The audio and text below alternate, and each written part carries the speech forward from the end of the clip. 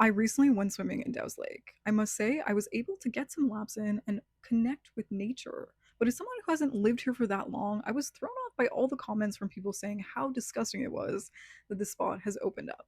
I later learned that Dow's Lake did used to be a swamp, but now frequent E. coli testing from the Ottawa River Keepers is showing safe water levels, so I decided to get to the bottom of this.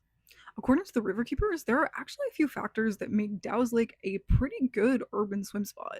First, the area is deep. Second, its shoreline has vegetation which makes it relatively permeable, meaning that runoff from city streets, which can contain contaminants, is less likely to make it to where you actually would be swimming.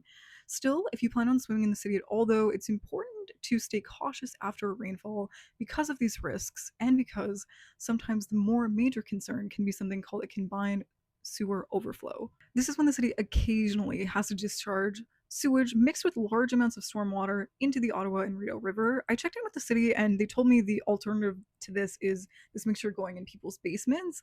And they told me that none of these sites actually flow into the Rideau Canal. So that's a win for Dow's Lake. Additionally, it's important to note that these overflows are only caused by parts of the city with old infrastructure like the downtown core. And in 2020, the city finished installing a fancy combined sewage storage tunnel, which helps reduce the frequency and volume of these overflows.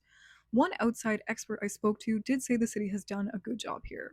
I'm Olivia Grandy. You can read all my reporting on this, plus other stories from my colleagues and I this summer at capitalcurrent.ca.